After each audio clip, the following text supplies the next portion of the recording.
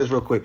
So we're getting counseling because our marriage is messed up by the dude that was sleeping with my wife. So this This is truly an unbelievable story shared by a former church member's spouse about his bishop. Please keep in mind he looked up to this man not knowing he was having an affair with his spouse. Please keep this man and family in your prayers as we listen to his story. is Pastor P here, man. I've just been really thinking about sharing my story about when I got married and I guess the pain that I had to endure, the pain that I fought with, the battles that I had mentally, emotionally, and in some cases, I would say physically, because I kind of went through a little storm when I wasn't eating properly because of the pain, the agony that I felt when my wife cheated on me with our pastor. I guess where it all began when we got married. It was it was okay in the beginning. It wasn't bad. It just we had regular arguments, just like anyone else. But I really wasn't really the person that enjoyed or wanted to argue. However, I think that was just her thing. She just liked to argue. But it started getting weird. Where I would ask questions like, because I was working, taking care of her and my son at the time. And while I was working and basically taking care of my son, I would just ask like, hey, could you cook for me, or is it, can you learn how to cook so we could kind of. I told her some stuff how to do, but we just had issues with the cooking, and in some cases, like while she was home and I was at work and she was home, I think for like a few months, and kind of ask questions about the cleanliness of the house, and of course I participated and stuff like that. But man, I used to be working, and so I would ask questions like that, and of course it caused more arguments. Ask questions about food that would cause more arguments. I would ask questions about my son and different things that was going on with him while she was in the house or whatever like that. So fast forward, my son is about he was about 6 months or so old, and of course we're still kind of having these up and downs and stuff like that. And I can be blunt with you guys, be honest, we wasn't intimate that much either. So that was like a big thing as well. But come to find out, I understand why we wasn't moving forward. So anyway, we finally. All right, guys. So part two. We'll try to make this story as quick as possible, so it won't be so many different parts to it. But as I was stating, my son was like 6 months old. But I guess before that, we actually, my brother and I was at Walmart, and we were just walking around, and we met this guy, and he walked up to us, shook his hand, smiled, stuff like that, and was asking about what church we go to and stuff like that. So I was a musician at the time, playing the keyboard. My brother, he was a drummer, of course, and so we was letting him know, yeah, we play at this church, blah blah. He was like, oh man, y'all come play at my church, I'll pay y'all XYZ, whatever. So he was like, okay. All right, bet. So we told him when we could come. So we finally go to this guy church, and I mean, going in there was it was kind of weird, but we made it work, man. Me and my brother, and then we had another musician that came, so we used to rock out pretty good or whatever like that. So that's where we met this pastor at, man. And so after going there for some months or whatever, he's like starting calling me his son and stuff like that, calling my son his grandson and stuff like that. So so that was the thing. I was going to his son's football games and stuff like that, and you know, my wife and I would go to his house and talk to him and his wife, and all of that stuff like that. And it was getting kind of cool, but then at the same time it was kind of strange. I remember one time, I was looking for my wife. We was in church, and so I'm walking around looking for her. I was like, man, where my wife at? He was like, oh, she's in bishop office or pastor office.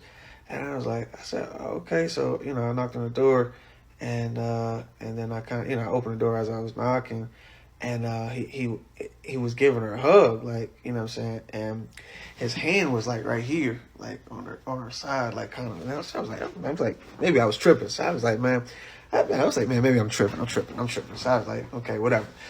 So I let that slide. You know what I'm saying? And it started hitting me like after the fact or whatever like that. So I'm like, okay, whatever.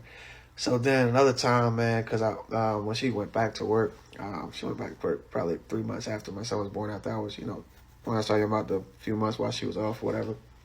But she used to go when she went to work. Like my routine, I would always bring her candy, flowers, and a card.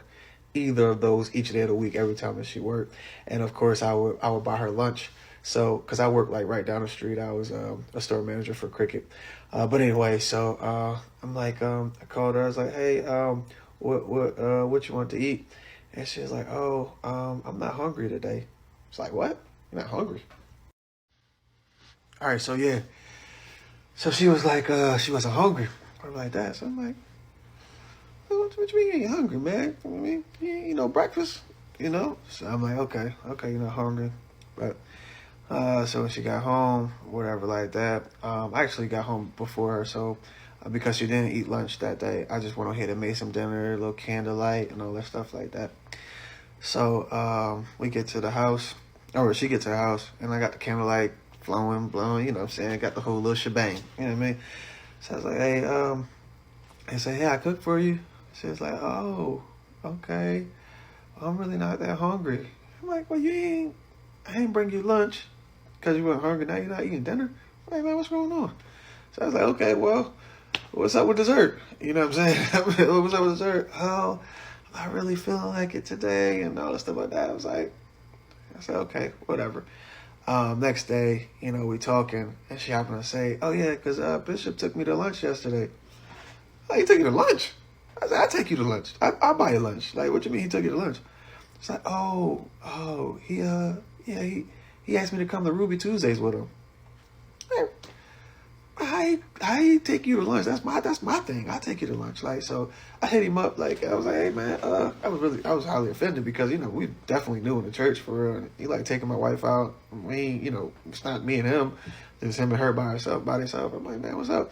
He's like, oh no, that's my daughter. I don't do whatever like that. I said, well, why you didn't invite me? I could have came and to hang out. He's like, oh no, I just wanted to check on her, see how she was doing, yada yada yada. So I'm like, I said, okay, man, whatever. So that was another red flag. So I'm like, man, wait, man, what's really going on, man? Like, my wife ain't really, what I'm saying, ain't eating my lunch. You know what I mean? You know what I'm saying? She going out. And then it wasn't like she told me about it. It was like it slipped up. You know what I'm saying? So that's when it kind of like, I'm like, yo, something weird going on, right? So, fast forward. So we start, we continue to go to the church, man. And I kind of like had these feelings like when I used to go in there. I'm like, yo, like it just felt like a lot of the women were like attached to this dude. Like that's what like it was in my mind. Like man, this man. It just seemed like whatever. And then like in my mind, I'm like, man, what if my wife is involved in this? So this is it's just stuff going on in my head. And so I just told my wife, I was like, yo, I think we should probably leave the church, man, because I'm not getting good feels from this guy, and like with the women in the church, it's just kind of weird. I mean, he's married and stuff like that, but just felt a little off or whatever like that. Obviously, fast forward, I was right. Hey, it's Pastor P again.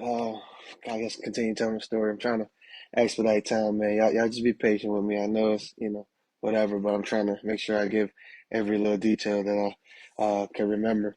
And so I'm gonna give you this clip, and I got to run to church real quick. But so anyway, so yeah, so I was telling her like we just stopped going to this church or whatever, and of course my mom went My mom started to come. I invited my mom and my sister. And of course, my brother was already there. So, you know what I'm saying? Of course, I'm asking them, like, hey, do y'all feel what I'm feeling? Blah, blah, blah. And then my sister was like, yeah, this bull, he be coming up to my job, like saying little slick stuff or looking at me a certain type of way, whatever like that. So I was like, all right, yo. So it's time to bounce. So I tell my Kim, I'm using my wife at the time. She's my wife.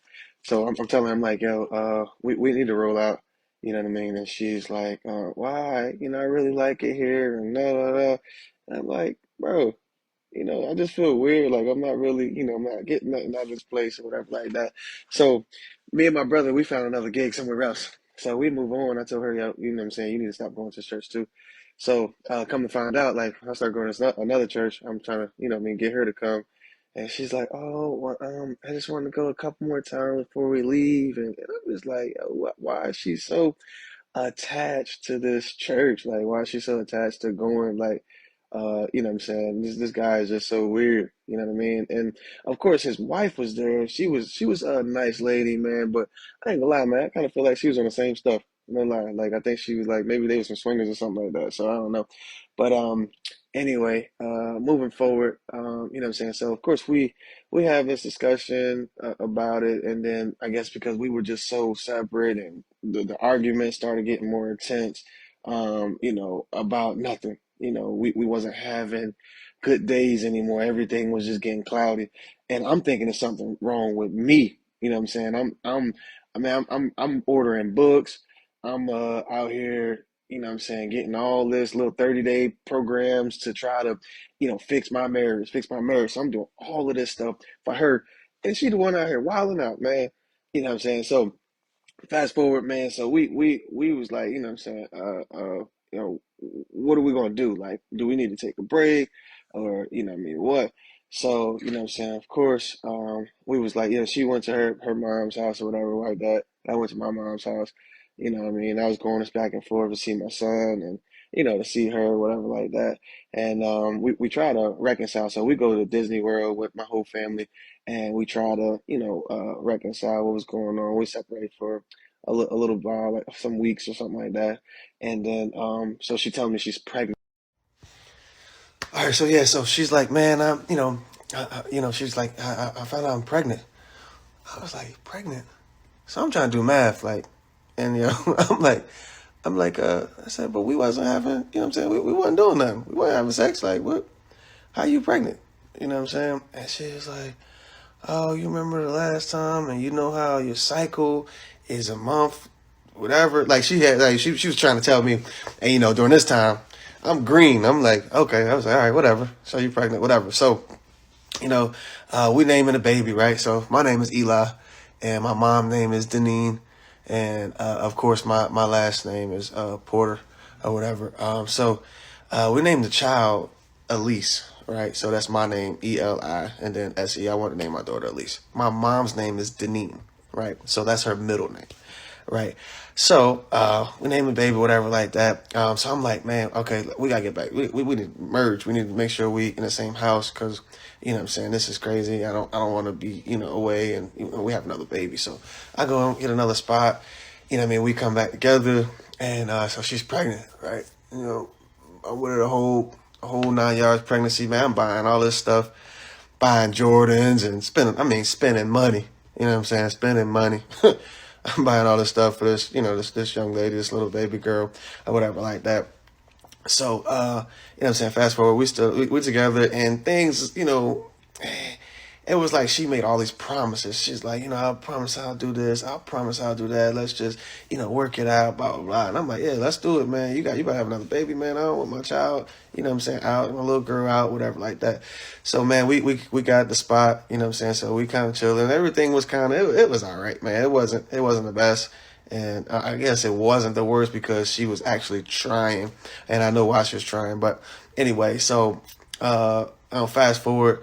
So she has a baby or whatever, man, and I'm there. I'm helping, man. I'm buying and helping and buying and helping.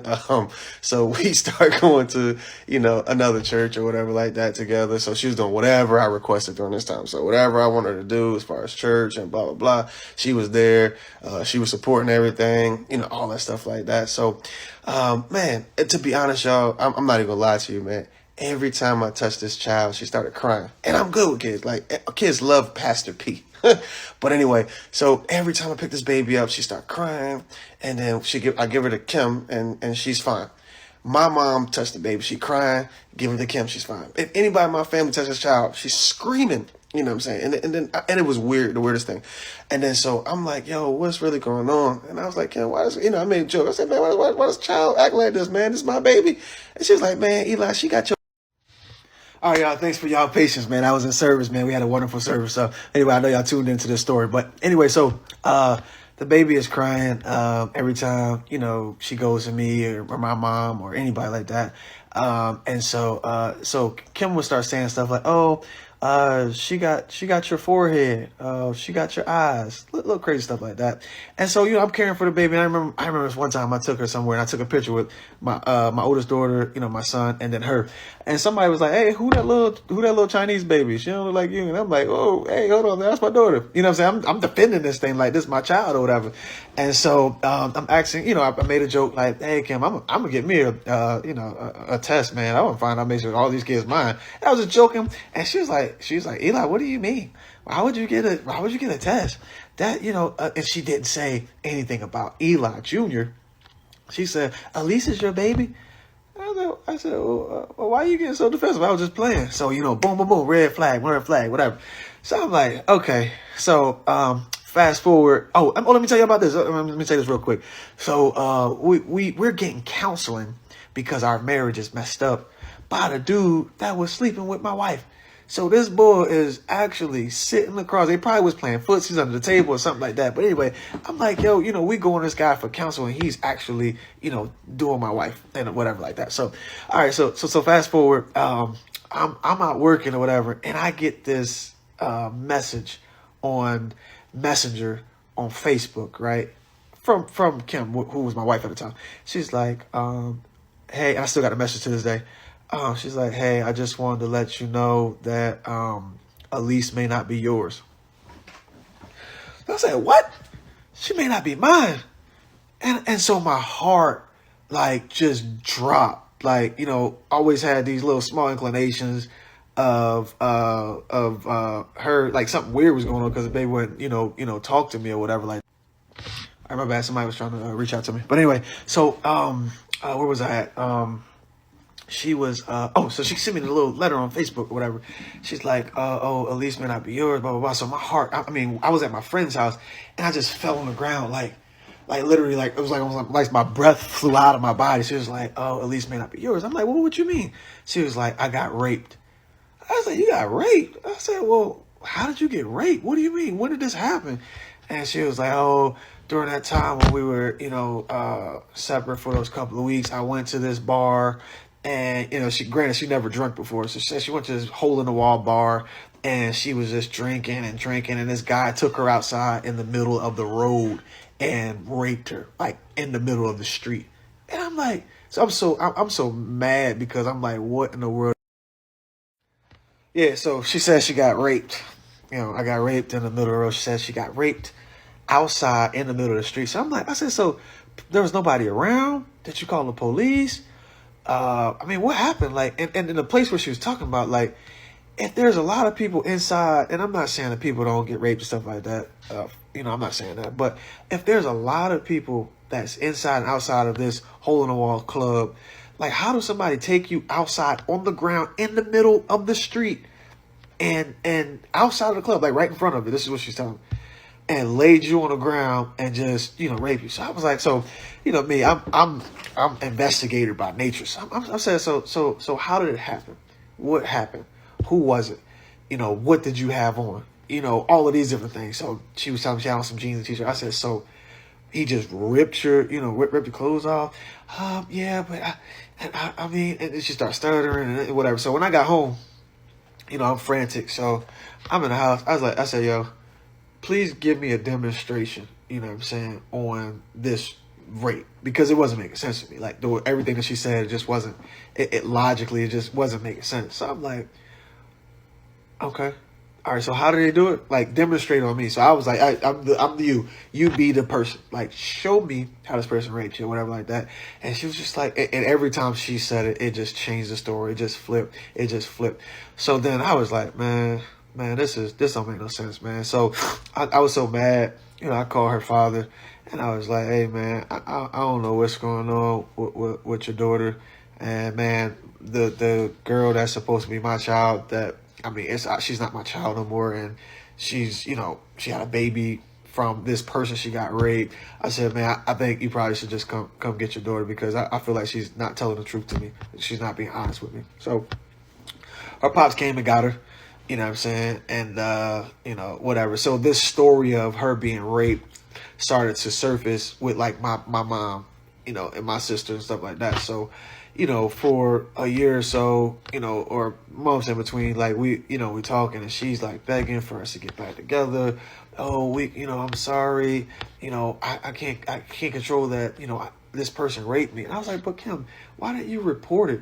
And then you still had, you know, sexual relations with me after so-called getting raped by a person obviously didn't use anything, you know, nothing to protect themselves, and you put my life in danger. What if you had AIDS or something? So this is stuff that I'm starting to, you know, think about and starting to say. So I'm like, man, this is baloney. You know what I'm saying? So I'm talking to my mom, I'm talking to my sister, I'm talking to my brother. I'm like, man, it just don't make no sense. And then, you know, of course, my sister was like trying to, you know, look at the good part about it. All right, yo. So this Pastor P again. As you can see, this is the Facebook Messenger. I know a lot of people are like, oh, is this real? Did this really happen? And all stuff like that. Yes, it was true. This has really happened. So this is her letter to me. You were right. I don't know if Elise is yours, but it's not because I was out having sex. I was raped in Riceboro. And the truth is that I do not know who her father is. Nobody knows this, but please, can I explain what happened? Eli didn't cheat on you. I made a dumb mistake and I got wasted. That's why I don't know who it is. Or who it was. It's a hole in the wall called Jack's. That's where I was, and I don't remember it after that. I thought it was you because me and you did have sex around that time, but I did not know this time. I swear, when Elise started getting older and you start saying things, that's when I knew that it had to be true. But please don't say anything to anyone. All right, there. So you have it. Now y'all can see that I'm, you know what I'm saying, talking the truth, or telling the truth. So I don't want anybody thinking that this is, you know, some type of fabricated story. This really happened to my life, and this really messed me up. I just had never had a chance to tell anybody because, you know, of the embarrassment. I was embarrassed that my wife cheated on me, and then not only did she cheat on me, she cheated on me with somebody that's like 20 years older than both of us. You know, they had like a whole relationship. As I was saying before, like, after she said this, you know what I'm saying, my mom and my sister, they was kind of like, you know, like asking more questions, and my mom was kind of leaning towards like, hey, okay, maybe, you know, maybe she did get raped. And I'm thinking like, man, no, I don't really believe it, but you know, whatever. So, fast forward after a little while, you know, we was thinking about working it out. So, you know, this working it out reconciliation started to take place. So, we're working it out, or trying to work it out. And then, the little girl gets sick. She had like seizures and stuff like that. And I was like, hey, look, man, if you know who her dad is, really, I mean, just say something so we can try to get this little girl help, you know, so we can know what her gene is and, you know, what could possibly be wrong with her, X, Y, Z. So, you know, I was like, okay, well, we can try to work some things out. So we was going to move to my hometown, Philadelphia. So I go to Philly first just to kind of check some things out. I was talking to my dad, and my dad was like, you know, God gonna reveal it to you. You know, God's gonna reveal it to you. God gonna show you. And I'm like, okay, you know what I'm saying? So the more I prayed, and, you know, I did have a dream about this guy, like the bishop guy or the pastor guy. And, you know, I was like, nah, this can't be true. Nah, this can't be true. And, you know, as time progressed, we was at church one day, and, I asked her the question. Hey guys, I'm back, man. Please forgive me for my tardy. I have a lot of stuff that I do. Pastor of a church, we have 3 services in one day, and I do a lot of stuff. So anyway, so back to my story. So we did go to a service one day, but prior to that, I forgot to tell y'all that as we started, trying to get cordial because it was trying to get me to believe that this girl got raped. So, as we tried to continue to get cordial, of course, we got intimate a couple of times, right? And then, later down the line, I found out, of course, she was pregnant again. But this was, let's see, when did this happen? We were together trying to fix things, and she got pregnant. I forgot where she got pregnant or what part of the story she got pregnant. But she got pregnant while we were trying to work stuff out. And obviously, she was pregnant with my youngest child. And so, in my mind, she was saying that she was on, birth control and stuff like that. So whatever. Move forward. She obviously got pregnant again. And I didn't really know, I'm confused again at, who, if I was a father or not. Obviously we was intimate during that time. But anyway, fast forward, I won't get too far into that. So fast forward when I met this is, let's see, is this the time? I don't know if, all right, so we at church. Getting back to my story. I'm sorry, y'all. We're at church, and I just got done ministering and whatever like that. She come to church with me or whatever, and so I said, hey, Kim, like, the Lord showed me something, and I just want to verify if this is true or not. I said, I know you've been telling me like, Elise, at first she wasn't my child, but then you said she got raped, but the Lord showed me who it was. And I just want you to be 100% honest with me. Like, I just want the truth, you know what I'm saying? And she was like, Eli, I already told you I got raped. I'm driving a car. And then I said, please, Kim, just tell me the truth. Just let me know. Like I said, I'm just going to tell you what the Lord showed me. I said, was it Middleton? And she looked at me and she just started crying. And I was like, so you had a baby with Middleton? Like, and she said, Eli, please don't tell your mom. And so my mom is driving in front of me and I was driving behind her. So my heart is beating and racing. I'm like, oh my God, it's really true. This girl just really had an affair with our pastor and had a baby by him and lied to me and said she got raped. So I'm flashing my mom, I'm like crying at this point. My heart is beating and beating and beating. And I'm like, oh my God, this cannot be happening. So I flashed my mom down. So I swerved around and pulled over. And I was, all right, so yeah. So I'm crying, I'm crying, my heart's beating fast. I'm like, oh my God. Like, so I pull over and my mom, I just jump out the car. My mom's like, Eli, what's wrong? And I'm like, man, it's true. Like, yo, she was really sleeping with Middleton. Like, she really, like, Elise is really not my child, not by the way of rape. And then so my mom is like, she's just starting crying. So I was like, yo, I just want to get in the car. So I get in the car. I'm in tears. My brother, he gets in the car with me. Now, I'm 6 foot. My brother's like 5'10", 5'11". We're sitting in the front seat together. He's holding me and just crying. I'm banging on the the dashboard, crying like, yo, I cannot believe this. Like, reality just like really hit. And so I'm like, yo. So then I called the pastor boy. So I hit him up. I'm like, yo, man, yo, you was really sleeping with my wife? Like you really had a child with my wife? Like, and he was like, oh, what you talking about? And hung up on me. So I called him back. I was like, yo, like, are you serious? Like, did this really happen? And he was like, I don't know what you're talking about. She was the one that was sending pictures of herself to me. I'm like, wait, hold on. What do you mean she? And then he hung up. So I called his wife. So I put her on the phone. I was like, yo, what's up? Like, did you know that this stuff was going on?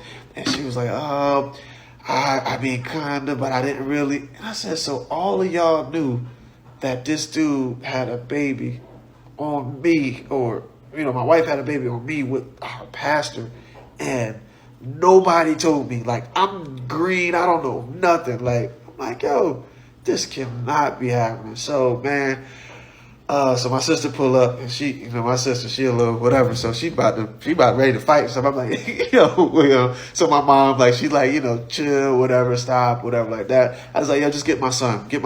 So at this point, the only person I know that's my child is my son. So I, have her get my son out the car, whatever, like that. We get to, we get to the spot, get to the house or whatever, like that. Man, I'm distorted. Like, I didn't eat or sleep for like 4 weeks. All I could think about was all the days that, we wasn't intimate, all the days that we argued, all the days that, she came home late and this guy just, it's like he had the upper hand. Like, just think of, this person just really sleeping with my wife. Like, and it just, oh my gosh. I'm thinking about it now, y'all. I'm not even gonna lie to y'all. It's about to frustrate me. But, it really bothered me. And, it was hard for me to overcome it. Like, it was difficult. And this guy, whew, I had to get myself together, y'all. This telling the story is really, it's almost a little painful. But anyway, so this guy, of course, I prayed. And it's crazy how God works. I prayed. That was on a Sunday. I got from the minister and got all that bad news on a Sunday. And it was my mother's birthday. So it was the craziest thing. But anyway, so I prayed. I said, Lord, I want to see him. Like, I want to see him. He hung up in my face. I want to see him. So the next day, which was Monday, me and my brother-in-law at the time and a couple of brothers from the church, we were just walking around the mall just to kind of help me clear my mind because I was so distorted. Like, I was like, I didn't sleep that night. It was so crazy, like, whatever. But I'm in the mall, and guess what? Guess who's walking up? It's the bishop, the pastor. He walking up. Like, I was like, yo, what happened? I reached out to you last night. You kept hanging up on me. Like, how did you do that to me? Like, you said I was your son. Like, how could you sleep with my wife? Like, he's like, it wasn't my fault. And, she just started sending pictures to me. He just kept saying this, this sending pictures to me madness. And I'm like, yo, but you're our pastor. Like, you should have been like, yo, don't, if that was the case, which I don't believe at all. Oh, check this out. A long time ago, he used to send out messages like a scripture to everybody every day or something like that. And he sent this message to everybody. It said, oh, you're making me hard. So, like, and then he texts everybody back. It was like, oh, my bad, y'all. That was meant for my wife or something like that. And so, man, I ain't gonna lie to you. Thinking about it now, like, I believe that was for her. You know what I'm saying? Like, I really believe that was for her. Because, like, how you press a button and send it to everybody in your contacts? Back then, you could press a button and send to all your contacts. But he told everybody, like, that, he was getting aroused, if you will. And I'm like, yo, what in the world? You know what I'm saying? So he's like, oh, that was for my wife. But I really, now really believe that was for her, whatever. So moving forward, so some time has passed. Time has progressed. Time has went by. And I'm in a position where, like, you know what I'm saying? I wanted to, like, really sit down with this dude and, like, give him an opportunity to talk. Like I need to know what's up, right? So, man, time has passed, man. Me and my best friend downtown in Savannah, Georgia, and we walking. We go into a restaurant, man, and we see this dude here. This is like, some time, a lot of time passed by, and we see this dude in there. And I was like, yo, that's the dude that was sleeping with Kim. Like, that's the man, that was my old pastor. Like, he's the one that was messing around with my wife. Like, he's the one that got me, like, in this crazy jam or whatever. And so I go up to talk to him, and I ask him a question. All right, guys, so let me hurry this up. A lot of folks seem like they get a little agitated because these are 3-minute clips. I can't do nothing about that. I'm just trying to share my story just so I can help somebody that's may have been through the same thing or going through the same thing. And I do want to do some additional talks on how I got over, how I overcame. But anyway, so me and my best friend downtown at Five Guys Burgers spot, Five Guys Burgers and Fries, whatever it's called.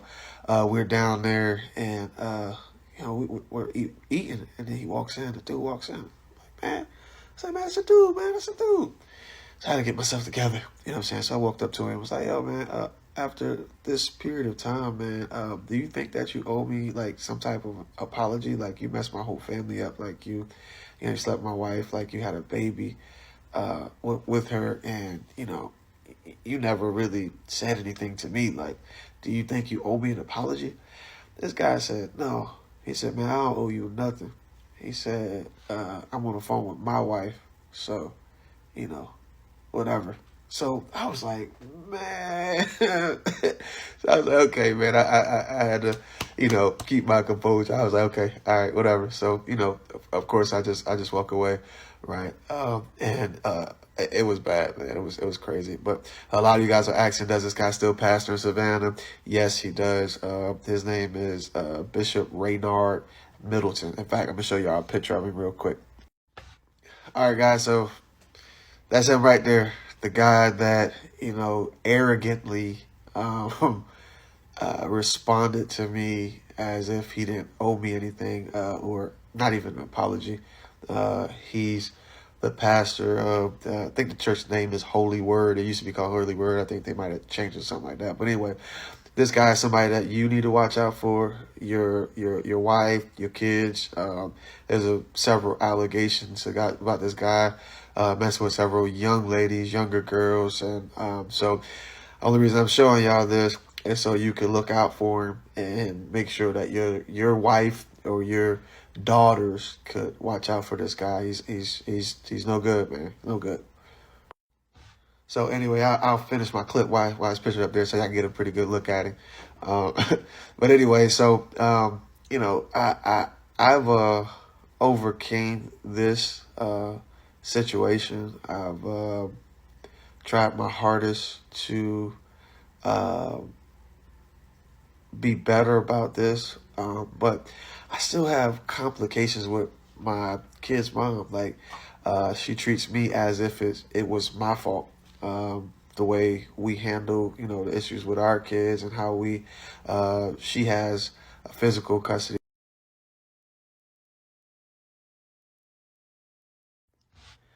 All right, hey guys, I'm back.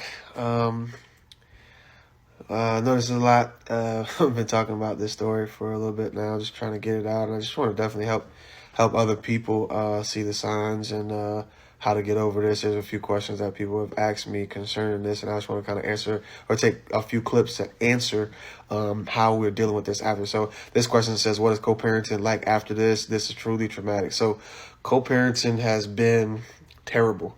It's definitely hard to see eye to eye. It's almost like I was in the wrong and she still treats me as if I was the one that stepped out on her. So I have to go, drive over an hour to pick up my kids every other weekend, which I get my kids. I'm a great father to them. However, she's not the one that wants to meet, as far as, so I won't have to drive as far. She always have issues when I'm asking to spend more time with my kids. I try to be there for them for every and any event. My son played basketball. I was there all the time. My daughter was playing soccer at one point. I was there. He played soccer. I was there. But it's almost like my son, he has like a real strong connection with me. My daughter does as well, but he has like a really, really strong connection with me. And it's like she's almost upset with him and upset with me because he loves me. So co-parenting has been by far the worst, still terrible. We've been in court about these issues. And of course, with the legal system here in Georgia, it's not really for black males that are favored, if you will, or black males that are intellectual, black males that have something going for themselves. So when it comes down to co-parenting, it's been by far the worst. I've been treated as if I was the one that stepped out on her. So that's that. Hey guys, I'm back. Got another question here. How did I make it through? Be 100% honest. It really messed with me when I first, got whiff of what occurred. It bothered me. I never lost faith in God in that regard, because God didn't do anything to me, obviously. However, I did step back, from church for like 2 years. I didn't pray. I wasn't like reading and studying and all that stuff like that. Like I took like a legit 2 year break from ministry. However, I learned to, you know, trust God again and really rebuild a relationship. I never really blamed God. I just think that I was so hurt that I didn't know like really what to do. Like I didn't know where to turn. So, once I kind of got better, it actually helped my relationship with God to be stronger, and it allowed me to help other individuals that may have gone through similar issues or have been through something pretty devastating, and how to reconnect. So thank you for asking your question.